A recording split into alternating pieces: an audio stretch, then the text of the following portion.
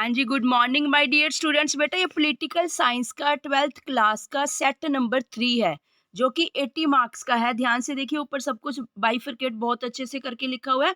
ठीक है जी, 24 क्वेश्चन एक-एक नंबर के हैं, यानी कि 24 मार्क्स का रहेगा आपका। और पर बेटे ये आप देख लो, ध्यान से समझ लो और क्वेश्चंस याद कर लेना, ठीक है? कुल देसी रियासतें कितनी थी? पर अभी इसके बाद मैं लेटेस्ट 4 अपलोड करने हैं, उनका पैटर्न देखना, ठीक है? उन्हीं पैटर्न के अकॉर्डिंग ही पेपर आएगा। पर इस चीज़ की ज़्यादा आपने चिंता नहीं करनी कि कौन-सा पैटर्न आना है, कौन-सा नहीं। बस आपने क्वेश्चंस याद रखने हैं, ठीक है? क्योंकि हमें कोई इफ़ेक्ट नहीं पड़ता कि पैटर्न कैसा आ रहा है, कैसा नहीं। हमें आंसर्स आने चाहिए क्वेश्चंस के। बस ये याद रखना, क्योंकि एचबीएसई बोर्ड ने इतना अच्छा किया हुआ है कि भई साथ ही उसके नंबर भी लिख रखे हैं। अगर 1 नंबर का है तो 1, कि बच्चे को बारी-बारी रीड ना करना पड़े, कन्फ्यूज़ ना हो और लिखते हुए अपने दिमाग में सेटिंग रहे कि भाई हाँ, अच्छा 1 नंबर का है, 1 नंबर के अकॉर्डिंगली आंसर आउट करना है ना। 2 मार्क्स का 2 के अकॉर्डिंगली साथ ही साथ लिखे हुए हैं, तो ध्यान रखना। बस आप यहाँ से अब देखिए, शायद से देखो इससे पहले 2 सेट मैंने अपलोड कर दिया। 1 सेट की सिंगल वीडियो बनी थी, दूसरे सेट की 3 वीडियोज़ बनी थी 3 पार्ट्स में। अब ये थर्ड सेट है, मे बी इसकी 2 बनेंगी, ठीक है जी? देखते हैं कितने। देखो 33 पेजेज़ है टोटल। कोशिश करती हूँ ज़रा जल्दी से वाइंड अप करूँगी इसको, शायद से 2 बन जाएगी। अगर सिंगल बनी तो और भी बढ़िया हो जाएगा, अदरवाइज़ 2 वीडियोज़ बनाएँगे। चलिए, विभाजन के समय भारत में कुल देसी रियासतों की संख्या क्या थी? 565। याद रखना, ठीक है? कल कल बेटा जब अपन डिस्कस कर रहे थे ना पेपर अपने, उसमें आया हुआ था ये वाला क्वेश्चन। 565 उल्टा-पुल्टा एक समान, याद रख लेना बस इससे, और तो नहीं, कोई उल्टा-पुल्टा नहीं। ठीक है? बाकियों में नहीं है। बट आपको क्या लेना बाकी किस टाइप का कोई क्वेश्चन है, नहीं है, आपने आंसर याद रखना है बस।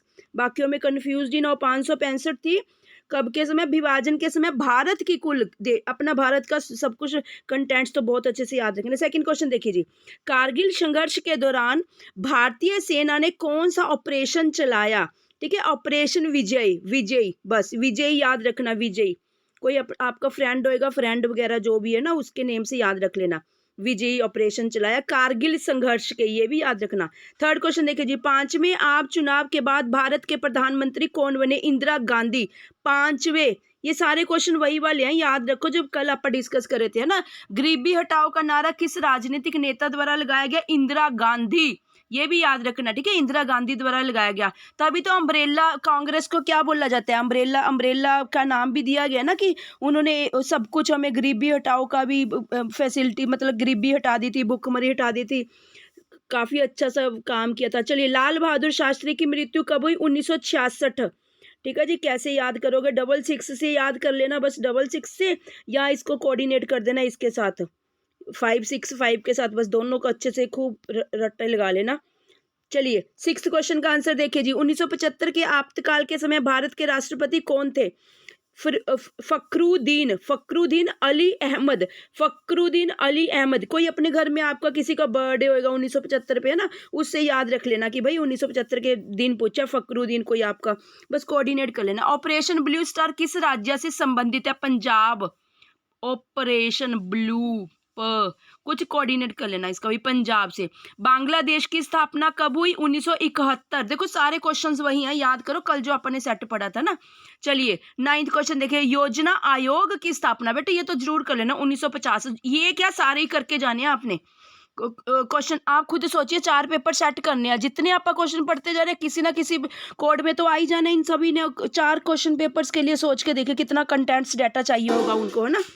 योजना, 10वां क्वेश्चन देखे, योजना गुट निरपेक्ष आंदोलन का पहला सम्मेलन, ठीक है जी, कब हुआ? कॉन्फ्रेंस मतलब कब हुई? 1961 में। 1961 में। सारों में देखो 666 आया हुआ है, ध्यान रखना, इनमें औरों में नहीं है ना। 1961। चलिए, 11th क्वेश्चन देखिए, धारा, ये कश्मीर वाला जो अभी लास्ट ईयर हुआ था ना, धारा 370 किस राज्य से? ये तो सारी दुनिया को पता है बेटा, जम्मू और कश्मीर को, ठीक है? जम्मू और कश्मीर से संबंधित थी जो धारा 370 थी। ठीक है जी, 12वां क्वेश्चन देखिए, भारतीय जनता पार्टी की स्थापना 1980, बीजेपी की, ठीक है? बीजेपी की कब हुई? 1980 में हुई स्थापना इसकी। 13वां क्वेश्चन, भारतीय जनसंघ के संस्थापक अध्यक्ष कौन थे?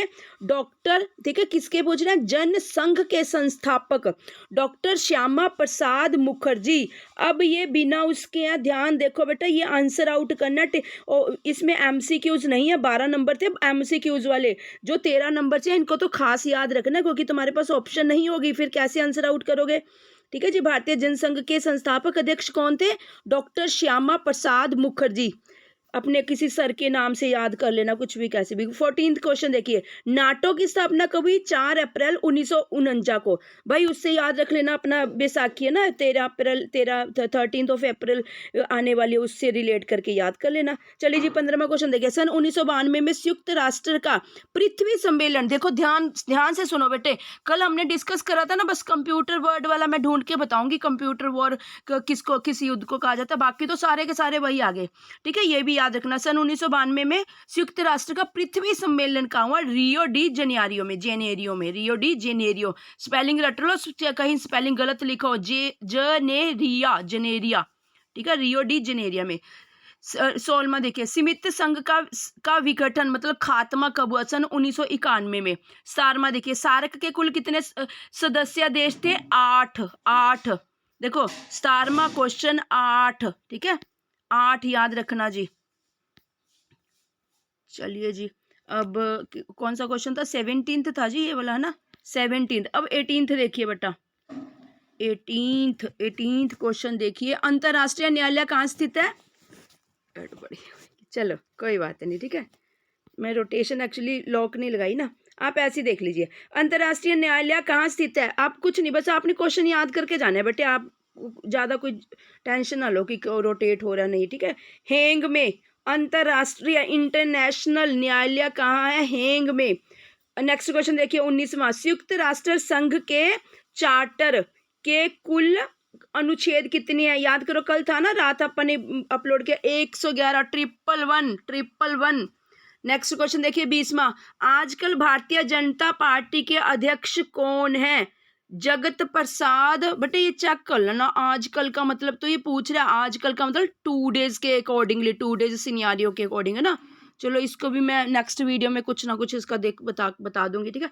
आजकल भारतीय जनता पार्टी के अध्यक्ष कौन है? जगत प्रसाद नड्डा। 21वें का देखिए, यूएनओ के सुरक्षा परिषद में स्थायी सदस्य देशों की संख्या, देखो यूएनओ के सुरक्षा परिषद में, सेफ्टी गार्ड वगैरह में, ठीक है, डिफेंस में स्थायी सदस्यों की कितनी संख्या? 5।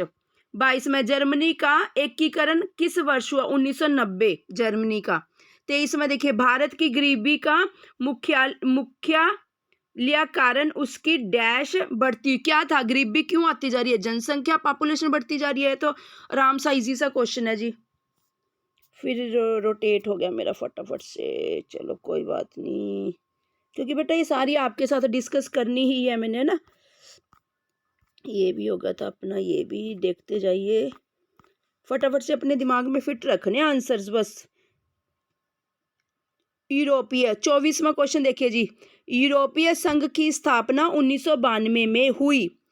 24वें क्वेश्चन का आंसर 1992। चलिए जी, ये तो थे एक नंबर वाले क्वेश्चन खत्म। अब आगे जी 2 मार्क्स वाले, बस थोड़ा सा ये लंबे चलेंगे। 5 नंबर पेज पे आप पहुंच चुके हैं। देखिए आंसर देखिए जी, अति लघु उत्तरात्मक प्रश्न, भारत के विभाजन के 2 मुख्य कारण बताइए। आंसर, भारत के विभाजन के लिए उत्तरदायी 2 मुख्य कारण थे, ब्रिटिश शासकों की फूट डालो और राज करो की नीति। ब्रिटिश शासक यानी कि अपने जो अब्रोड वाले फॉरेनर्स थे, ब्रिटिशर्स, ठीक है, जैसे इंडियंस ऐसे ब्रिटिशर्स। फूट डालो और राज करो की नीति। ब्रिटिश बेसिकली वो क्या चाहते थे? अपनी मोनोपोली करना चाहते थे, राज करना चाहते थे कि इनके अंदर आपस में लड़ा दो इनको, किसी को धर्म के नाम पे, किसी को कल्चर के नाम को, किसी को पॉलिटिकल के नाम पे ना, ऐसे लड़ा दो इनको, लड़ेंगे, ओपोनेंट अगेंस्ट हो जाएंगे, फिर हम इस पे इंडियन कंट्री पे अपना राज कर सकेंगे। ब्रिटिश शासक जानते थे कि यदि हिंदू और मुसलमान एक रहेंगे तो भारत पर शासन करना कठिन हो जाएगा। नंबर 2 पॉइंट, मुस्लिम लीग द्वारा अपनाया गया द्विराष्ट्र सिद्धांत। इस सिद्धांत के अनुसार भारत में एक राष्ट्रीयता नहीं, बल्कि, क्योंकि द्वि सोच के देखो ना, द्वि का मतलब तो अपने आप ही बाय मतलब पार्टीशन हो जाती है, बल्कि 2 राष्ट्रीयता मौजूद है। इसलिए भारत का विभाजन 2 स्वतंत्र एवं संप्रभु राज्यों में किया जाना चाहिए। वो चाह रहे थे ना, डिमांड कर रहे थे, फिर वो अपना राज कर लेते। तो थर्ड का क्वेश्चन, थर्ड का आंसर देखिए,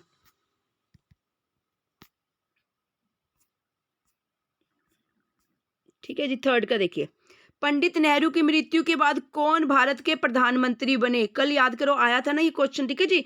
पंडित जवाहरलाल नेहरू की मृत्यु के बाद लाल बहादुर शास्त्री भारत के प्रधानमंत्री बने। नेक्स्ट क्वेश्चन फोर्थ, एक दल के प्रभुत्व का युग कब से कब तक रहा? आंसर, एक दल के प्रभुत्व का युग 1952 से 1967 तक रहा, ठीक है। 52 से 67 तक रहा। फिफ्थ, लाल बहादुर शास्त्री की मृत्यु कब और कहाँ हुई? लाल बहादुर, श्री लाल बहादुर शास्त्री की मृत्यु अकेला ना लिख के ना बेटे, अच्छा नहीं लगता ना वो अपने ये फ्रीडम फाइटर्स वगैरह। श्री लाल बहादुर शास्त्री जी की मृत्यु सन 1966 में ताशकंद में हुई, ठीक है जी, ध्यान रखना। चलिए सिक्स क्वेश्चन देखिए, 1969 में, अरे चलो कोई बात नहीं, ये भी बेटा ये आपकी विजन में फिट हो जाएगा कि अच्छा ये वाला क्वेश्चन था जब मैडम ये पढ़ाने लगे थे तो रोटेट हो गया था, ये क्वेश्चन पढ़ाने लगे थे, सोच के देखा करो, ठीक है। कई बार हम कहते हैं पढ़ते पढ़ते जी चॉकलेट खा लो, उससे क्वेश्चन अच्छे खासे याद रहते हैं ना। ये अपनी मेमोरी, विजन मेमोरी होती है। हमारे ब्रेन के 3 पार्ट होते हैं, लेफ्ट, राइट और मिड ब्रेन। तो चीज़ों को याद करने के लिए ना जिन्होंने रहता है कि हाँ भी हमने परमानेंट अपनी मेमोरी में याद रखना, उनके लिए बहुत अच्छा वे आउट है ये। 1900 तो आपको याद रहेगा कि बारी बारी मैडम ये पढ़ा रही थी, फिर आगे पीछे भागी जा रही थी पीडीएफ मैडम के ना।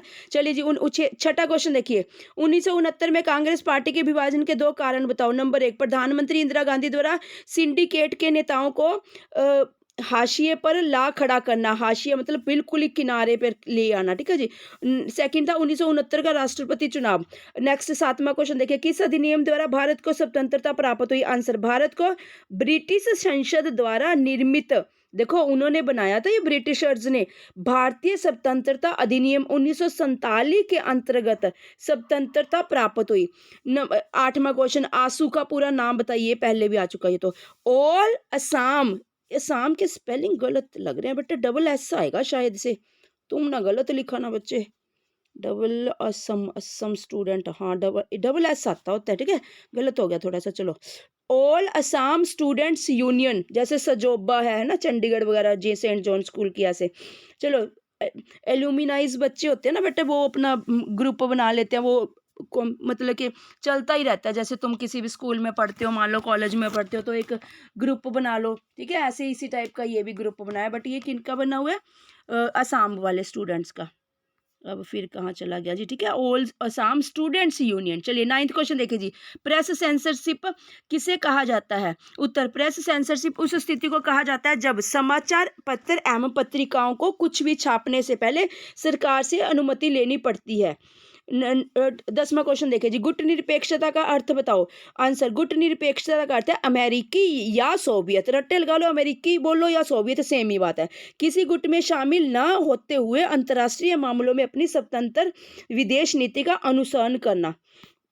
नेक्स्ट 11वां क्वेश्चन देखिए जी, भारत में धर्म के नाम पर गठित 2 दलों के नाम, अकाली दल, शिव सेना। अकाली धर्म के नाम, धर्म अंडरलाइन कर लो, सारा ना दिमाग में लगाओ, बस भारत रट लो, धर्म रट लो, आंसर क्या रटना है? अकाली और शिव। चलो जी 12वां क्वेश्चन, सन 1971 के बाद भारत का प्रधानमंत्री कौन बना? श्रीमती इंदिरा गांधी जी भारत की प्रधानमंत्री बनी। 13वां क्वेश्चन देखिए जी, प्रधानमंत्री इंदिरा गांधी की हत्या कब हुई और किन के द्वारा की गई? सारे रात वाले क्वेश्चन है बेटे, ऑलमोस्ट 5-7 छोड़ के ना काफी वही है।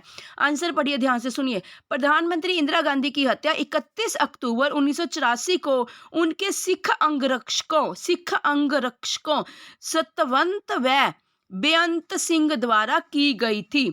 14th क्वेश्चन देखिए जी, आंसर, द्वितीय व्यवस्था से आप क्या समझते हैं? आंसर, द्वितीय व्यवस्था का अभिप्राय विश्व का 2 गुटों में विभक्त होना है। द्वितीय विश्व युद्ध के उपरांत दोनों महाशक्तियां अमेरिका और सोवियत संघ के बीच शीत युद्ध आरंभ हो गया था।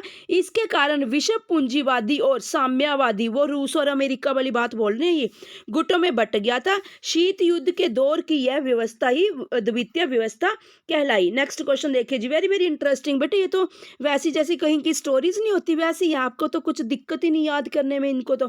15th क्वेश्चन देखिए जी, प्रथम विश्व युद्ध के देश किसे कहा जाता है? आंसर, जुलाई 1914 तक यूरोप 2 महाशक्तियों के गठबंधन में विभाजित था। नंबर 1, ट्रिपल एंटेटे, एंटेटे, फ्रांस, रूस और Britain. Triple alliances, Germany, Australia, Hungary और इटली। ऑस्ट्रेलिया हंगरी को हाइफन करके एक सिंगल मानना, ठीक है जी। जर्मनी, ऑस्ट्रेलिया, हंगरी और इटली। 16वां क्वेश्चन देखिए जी, मिश्रित इकोनॉमी, ठीक है, मिक्स इकोनॉमी, ये तो बहुत बारी सारे आ चुके हैं ये वाले। WHO टी WTO, चलो दोनों बट ये तो WT और WHO को एक्सप्लेन नहीं ना किया हुआ, ये तो नाम तो सभी को ही पता है ना, चलो कोई बात नहीं। मिक्स इकोनॉमी पढ़िए जी। 16वां क्वेश्चन देखिए जी, मिक्स इकोनॉमी का मिश्रित अर्थव्यवस्था का अर्थ है एक ऐसी अर्थव्यवस्था जो पूंजीवादी अर्थव्यवस्था और समाजवादी अर्थव्यवस्था का मिश्रण हो, अर्थात जिसमें इन दोनों व्यवस्थाओं की विशेषताएं मौजूद हो। यानी कि हमारी इकोनॉमी में किस किस टाइप के लोग हैं, दो टाइप के लोग हैं, एक गरीब इकोनॉमी वाले, एक अमीर इकोनॉमी वाले। तो हम चाहते कि भाई उन्होंने, गरीबों ने तो भी अपना पालन पोषण करना, उनके लिए भी समान बनाया जाए, पर उनके लिए कौन लोग बनाएंगे, अमीर कहते हैं हम तो अमीरों के लिए ही बनाएंगे, तो उनके लिए कौन, फिर सरकार बीच में आ गई थी इसमें, ठीक है। प्राइवेट इकोनॉमी प्लस सरकार की इकोनॉमी, दोनों मिक्स होके मिश्रित इकोनॉमी कहलाती है। 17वां क्वेश्चन, यूएनओ के अंडर हैं दो दोस्त, बताओ। WHO, देखो ध्यान से सुनो।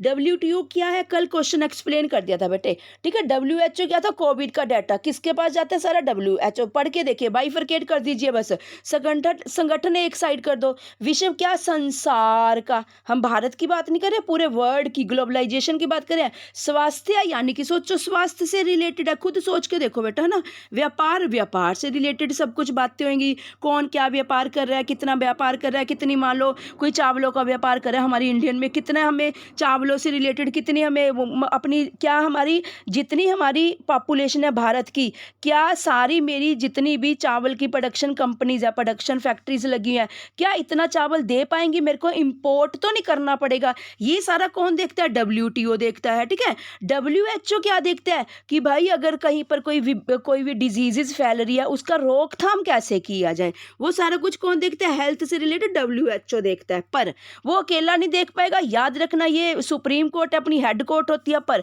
निचले वाले स्तर ही काम करते हैं, याद रखना। प्लेटफॉर्म एरिया वाले लोग ही धीरे धीरे काम करके, कंबाइन अप करके करके सारी रिपोर्ट इनको दे देंगे। फिर इन लोगों के साथ कौन बातचीत करते हैं, मिनिस्टर्स होते हैं, हेल्थ मिनिस्टर्स इन लोगों के साथ बात करेंगे। ट्रेड अफेयर्स वाले मिनिस्टर्स होते हैं, वो WTO के साथ बात करेगा। राजे वेरी वेरी इंटरेस्टिंग है, सभी के लिए इंटरेस्टिंग है, सब चीज़ की नॉलेज रखनी चाहिए बच्चे तुम्हें, ठीक है। UNO के दोस्त हैं दोनों के दोनों। और 18वां क्वेश्चन देखिए, वचनबद्ध से क्या अभिप्राय है, ये फर्स्ट टाइम आया बेटा, पहले नहीं आया था। आंसर देखिए, वचनबद्ध से अभिप्राय, सत्तारूढ़ दल के सिद्धांतों एवं नीतियों से बंधा होना और सरकार के निर्देशों एवं आदेशों के अनुसार कार्य करना। देखो, एक प्रॉमिस होता है, एक कमिटमेंट होता है, ठीक है। तो ये वचनबद्ध प्रॉमिस टाइप में, वैसे तो कहते हैं कि प्रॉमिस तोड़ने के लिए होता है, कमिटमेंट होता है कि 100% तुम सही काम करोगे ही करोगे, ठीक है। चलो 19वां क्वेश्चन देखिए, ऑपरेशन डेजर्ट स्टॉर्म के बारे में बताइए। बेटा ये भी पहले नहीं था, अभी आया ये वाला क्वेश्चन, ध्यान से सुनो इसको। अगस्त 1990 में इराक ने अपने पड़ोसी देश कुवैत पर आक्रमण कर दिया था। तब संयुक्त राष्ट्र संघ ने कुवैत को इराक से आज़ाद करवाने के लिए भारी भरकम सेना द्वारा आक्रमण करके कुवैत को इराक से नियंत्रण मुक्त करवाया। संयुक्त राष्ट्र के इस सैनिक अभियान को ऑपरेशन डेजर्ट स्टॉर्म की संज्ञा दी गई। आया था राजे, मेरे को याद आ गया, आया था, फर्स्ट पेपर में आया था। 20वां क्वेश्चन देखिए, दक्षिण एशियाई 5 देशों के नाम बताओ। भारत, पाकिस्तान, नेपाल, भूटान और श्रीलंका। 21वां देखिए जी, 2015 में योजना आयोग की जगह कौन सा आयोग बनाया इसके ठीक है जी, ये इंपॉर्टेंट क्वेश्चन है, जीके में पूछा ही जाता है बस ये तो बेटा, ठीक है। इसके प्रथम अध्यक्ष, उपाध्यक्ष का नाम 2015 में योजना आयोग की जगह, ये हमारी 5 ईयर प्लान, तुम्हारी +2 की बुक में बहुत अच्छा सा पूरा टेबल दिया हुआ है बेटा। 5 years plan, 3 years plan, 2 years plan, 1 years plan, ये क्या होते हैं, 3-5 प्लान्स क्या होते हैं, ये डिपेंड करता है। मान लो अपनी इंडियन अर्थव्यवस्था, इंडियन इकोनॉमी ने बोल दिया, ठीक है, इंडियन मिनिस्टर्स ने बोल दिया कि भाई गरीबी हटाओ।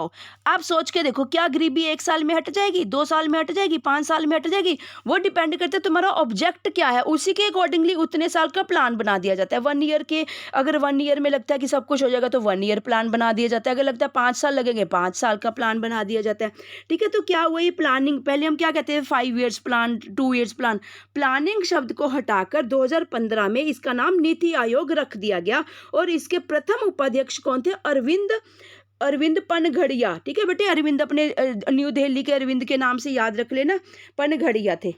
चलिए जी 22वां क्वेश्चन, वैश्वीकरण, ग्लोबलाइजेशन, वैश्वीकरण से हमारा अभिप्राय किसी विचार, वस्तु, पूंजी एवं बौद्धिक संपदा की एक देश से दूसरे देश में बिना किसी प्रतिबंध के आवाजाही। वैश्वीकरण के अंतर्गत विभिन्न देशों के मध्य स्वतंत्र रूप से व्यापार का संचालन किया जाता है, जो किसी अंतर्राष्ट्रीय संस्था द्वारा निर्धारित नियमों के अधीन होता है। नेक्स्ट लघु उत्तरात्मक प्रश्न देखिए जी बेटा, जो पहले कर चुके उनको जरूरत नहीं, यहाँ से बस यहाँ से वो क्वेश्चन रट्टे लगाना जो पहले किसी सेट में नहीं आए। देखिए आंसर देखिए 23वां, योजना आयोग के 4 कार्य, ठीक है, नीति योग वाला वही आ गया। योजना के 4 कार्य देखिए, नंबर फर्स्ट, सामाजिक एवं राजनीतिक परिस्थितियों को ध्यान में रखते हुए देश के विकास के लिए ऐसी योजनाएं तैयार करना जिससे सामाजिक व आर्थिक न्याय की स्थापना हो सके। नंबर 2, देश के भौतिक, मानवीय व तकनीकी संस्थाओं का अनुमान लगाना और जो संसाधन राष्ट्रीय आवश्यकताओं की तुलना में कम दिखाई पड़ते हो उनकी वृद्धि की संभावनाएं तलाशना। ठीक है, जैसे क्या क्या पॉइंट कह रहे हैं, टेक्निकलिटीज के पॉइंट ऑफ व्यू हम बहुत पीछे है ना टेक्निकलिटीज, तो हम क्या करेंगे, हमारी यहाँ की जो क्रीम है, हमारी कंपनी की, प्रोडक्शन कंपनीज की क्रीम, मतलब जो काफ़ी अच्छे खासे टैलेंटेड लोग हैं उनको अब्रॉड में जाने के फ्री ऑफ कॉस्ट चांसेस दिए जाएंगे कि भाई तुम कैलिबर है तुम्हारे अंदर, तुम जाओ कुछ सीख के आओ। अकेले को भेज दिया जाएगा पर वो सीख सूख के वापिस आ जाएगा। यह हमारी पूरी सोसाइटी, जनता, कम्युनिटी को सिखा देंगे वो। हाँ जी, वो टेक्निकलिटीज़ में हम, ठीक है, जैसे फार्म हाउसेज में इतनी अच्छी अच्छी मशीनरीज चल रही है ना कि आपको स्प्रे करने की जरूरत नहीं, मशीन चलाओ पूरे खेत में स्प्रे हो जाएगी फर्टिलाइजर्स वगैरह की, उस टाइप का सारा कुछ वो सीख के आ जाएगा। यहाँ पर हमारी सारी पॉपुलेशन को सिखा देगा कि एक जना जाएगा बट फायदा सबको हो जाएगा। चलो थर्ड पॉइंट देखिए, समय समय पर चालू पंचवर्षीय योजना की प्रगति का मूल्यांकन करना। बेटे ये बहुत जरूरी बात होती है, प्लान बना के छोड़ना नहीं चाहिए। उनका आउटपुट, प्रोडक्टिविटी कहाँ तक पहुंची, क्या चल रहा है क्या नहीं चल रहा, ये ना हो कि 5 साल बाद हाथ में जीरो आउटपुट आए, ये क्या होएगा, खत्म सब कुछ, राजे सब कुछ खत्म हो जाना ना ऐसे। तो साथ ही साथ धीरे धीरे प्रोग्रेस रिपोर्ट पता करते रहना चाहिए कि क्या चल रहा है क्या नहीं। अगर कुछ नहीं आउटपुट आ रही तो हम कुछ ना कुछ रिप्लेस करेंगे, कुछ ना कुछ ना बदलाव करेंगे कि भाई क्या कहाँ प्रॉब्लम आ रही है। मूल्यांकन करना, इवैल्यूएट करना, नीति एवं उपायों में आवश्यक तालमेल बिठाना। कई बार क्या होता है, पूरी production company, suppose of that हमारी कोई प्रोडक्शन कंपनी है, सपोज ऑफ दैट लगा लीजिए कुछ भी कोई भी लगा लीजिए, फुटवेयर की है।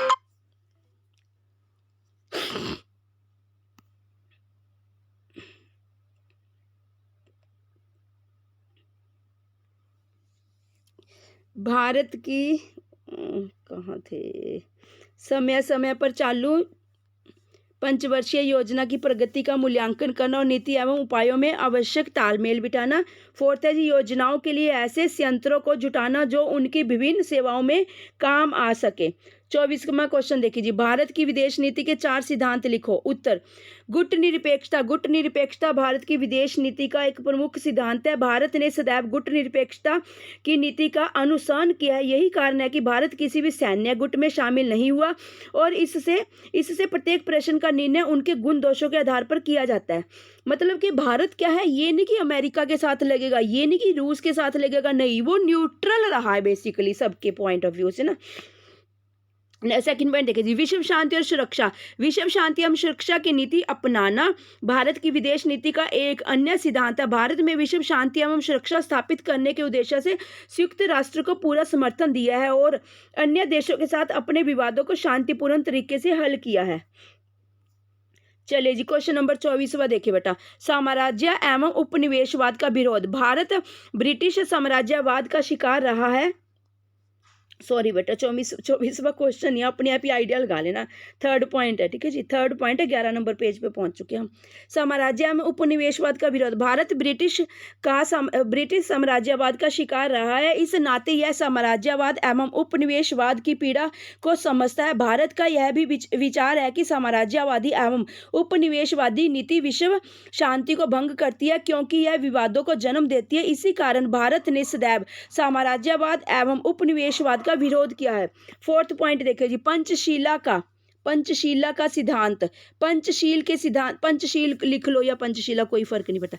पंचशील के सिद्धांत का अप्रैल 1954 के भारत चीन व्यापारिक समझौता की प्रस्तावना में उल्लेख हुआ था। बाद में जून 1954 में जून, अप्रैल, मई, जून, सिर्फ 2 महीने के बाद की बात है, ठीक है, कि चीन के प्रधानमंत्री की भारत यात्रा के दौरान जारी घोषणा पत्र में इसे दोहराया था। आगे चलकर पंचशील का सिद्धांत भारत चीन संबंधों तक ही सीमित नहीं रहा, बल्कि यह भारत की विदेश नीति का एक सिद्धांत बन गया। चलिए जी, पेज नंबर 12 पे देखिए जी, वचनबद्ध न्यायपालिका के बारे में बताइए। आंसर, वचनबद्ध न्यायपालिका से हमारा अभिप्राय, थोड़ा सा रिड्यूस कर देती हूँ ना, शॉर्ट स्क्रीन नहीं ले पाओगे, अब हो जाएगा शायद से। चलो, वचनबद्ध न्यायपालिका से हमारा अभिप्राय उस न्यायपालिका से होता है जो सत्तारूढ़ दल की विचारधारा एवं नीतियों से बंधी होती है और जो सरकार के प्रति निष्ठावान होती है। इस प्रकार की न्यायपालिका अपने सम्मुख आने वाले विवादों का फैसला निष्पक्ष रूप से नहीं, बल्कि सरकार के निर्देशों एवं आदेशों के अनुसार करती है। इस प्रकार की न्यायपालिका सरकार के विरुद्ध कोई निर्णय नहीं देती है, उल्टे अपने निर्णयों के द्वारा सरकार की नीतियों एवं कार्यक्रमों का समर्थन करती है। वचनबद्ध न्यायपालिका साम्यवादी देशों में मौजूद है। भारत में भी 1970 के दशक के, ठीक है, 1970 के दशक के प्रारंभिक वर्षों में न्यायपालिका वचनबद्ध न्यायपालिका की भांति कार्य करने लगी थी। 26वां क्वेश्चन देखिए जी, पंचशील के सिद्धांतों का संक्षिप्त में वर्णन कीजिए। आंसर, 29 अप्रैल 1954 में तिब्बत के संदर्भ में भारत व चीन के द्वारा व्यापार व आपसी आदान प्रदान के एक 8 वर्षीय समझौते पर हस्ताक्षर किए गए थे। इस समझौते की प्रस्तावना में पंचशील के नियमों का उल्लेख किया गया था। बाद में जून 1954 में चीन के प्रधानमंत्री की भारत यात्रा के दौरान जारी घोषणा पत्र में इसको दोहराया गया था। पंचशील के ये 5 नियम पड़ोसी देशों के मध्य आपसी संबंधों का आदर्श स्थापित करने वाले हैं। पंचशील के ये 5 सिद्धांत इस प्रकार हैं। अरे सॉरी, चलो कोई बात नहीं, 26वां चल रहा ना, ठीक है जी। क्या है? एक दूसरे की प्रादेशिक अखंडता एवं संप्रभुता का सम्मान करना, परस्पर युद्ध न करना, एक दूसरे के आंतरिक मामलों में हस्तक्षेप न करना, समानता व परस्पर लाभ, शांतिपूर्ण सह अस्तित्व। 27वां क्वेश्चन देखिए जी, भारत में क्षेत्रवाद की उत्पत्ति के कोई 4 कारण बताइए। क्षेत्रवाद, आंसर, भारत में क्षेत्रवाद की उत्पत्ति के 4 कारण है। आंसर देखिए जी, नंबर फर्स्ट, क्षेत्रवाद की उत्पत्ति का प्रमुख कारण भाषावाद रहा है। भारत में भाषा के आधार पर नए राज्यों के गठन की मांग की जाती रही है और भाषा के आधार पर नए राज्यों का निर्माण भी हुआ है, जैसे Andhra Pradesh, Maharashtra, Gujarat, Punjab. Number second point, जातिवादी ने भी क्षेत्रवाद की भावना, बस आपने क्या रट्टा लगाना, हेडिंग बना लेना बेटा, क्षेत्रवाद, जातिवाद, सांप्रदायिकता, ठीक है जी, क्षेत्रीय असंतुलन, ये हेडिंग बना के फिर लिख देना। हम थे जी जातिवाद, सेकंड पॉइंट, जातिवाद में भी क्षेत्रवाद की भावना को जन्म दिया है। ऐसा देखने में आया कि जिस क्षेत्र में किसी एक जाति की प्रधानता होती है वहाँ अधिकतर क्षेत्रवाद जन्म होता है या लेता है। चलिए थर्ड पॉइंट, संप्रदायवाद ने भी क्षेत्रवाद की भावना को जन्म दिया है। उदाहरण के लिए जम्मू कश्मीर व लद्दाख में अलग अलग धर्मों के अनुयायियों की बहुलता है। धर्म के आधार पर ही इन तीनों क्षेत्रों द्वारा अलग अलग प्रकार की मांगे प्रस्तुत की गई है। फोर्थ, क्षेत्रीय असंतुलन ने भी क्षेत्रवाद की भावना को जन्म दिया है। देश के जिस क्षेत्रों का पर्याप्त विकास नहीं हुआ है वहां क्षेत्रवाद को बढ़ावा मिला। फिर से पढ़ो, एक मिनट, क्षेत्रीय असंतुलन ने भी क्षेत्रवाद की भावना को, हाँ ठीक है, को जन्म दिया है। देश के जिस क्षेत्रों का पर्याप्त विकास नहीं हुआ वहां क्षेत्रवाद को बढ़ावा मिला। उत्तराखंड राज्य की स्थापना की मांग इसका उदाहरण प्रस्तुत करती है। ठीक है जी, 14th नंबर पेज पे आगे अब चलते हैं 15th क्वेश्चन नंबर 28वां, भारत विभाजन से, एक मिनट, कितने नंबर पेज पे आ गया अपा, देखते हो, 1 मिनट राजे, कहाँ तक पढ़ा दूँ तुम्हें ये। चलो चलते हैं, कोई बात नहीं भाई, चलिए। भारत विभाजन से उत्पन्न 4 समस्याओं का वर्णन कीजिए। आंसर, बस यही तक बना देती हूँ। 1 मिनट, कितने नंबर पेज पे आ गए हम? 14th 15th, नहीं 2-3 पेज और बनाती हूँ बेटा, है ना, हाफ हो जाएंगे ना ऑलमोस्ट। भारत विभाजन से उत्पन्न 4 समस्याओं का वर्णन कीजिए। उत्तर, 15 अगस्त 1947 को देश के विभाजन के कारण कई समस्याएं पैदा हुई थी। इनमें से 4 प्रमुख समस्याएं भारत का नंबर फर्स्ट, भारत का विभाजन करते समय बंगाल, पंजाब और असम राज्यों का भी विभाजन हुआ। ध्यान से सुनिए बेटा, बंगाल, पंजाब और असम, पंजाब से अलग किए गए क्षेत्र पश्चिमी पाकिस्तान और बंगाल व असम से अलग किए गए क्षेत्र पूर्वी पाकिस्तान कहलाए। वेरी वेरी इंटरेस्टिंग क्वेश्चन है बेटा। इन तीनों राज्यों का विभाजन करना एक कठिन समस्या थी। नंबर सेकंड पॉइंट देखिए, देश के विभाजन के कारण लाखों लोग विस्थापित मतलब बिखर गए, विस्थापित हो गए थे। पाकिस्तान से भारत आने वाले विस्थापित लोगों को बसाने की एक बहुत बड़ी समस्या का सामना भारत सरकार को करना पड़ा था। नंबर थर्ड पॉइंट, भारत के विभाजन के समय देश में 565, फिर से आ गया ना, देखो जहां से स्टार्टिंग करी थी आज अपन ने, 565 देसी रियासतें मौजूद थी। भारतीय 3 स्वतंत्र अधिनियम, भारतीय 3 तो नहीं है बेटे, है ना, सॉरी, भारतीय, अरे रोकना ही पड़ेगा बच्चे, ये क्वेश्चन ना फिर से रिपीट करती हूँ, ठीक है, यहीं तक कंप्लीट कर रही हूँ बेटा मैं अब ना।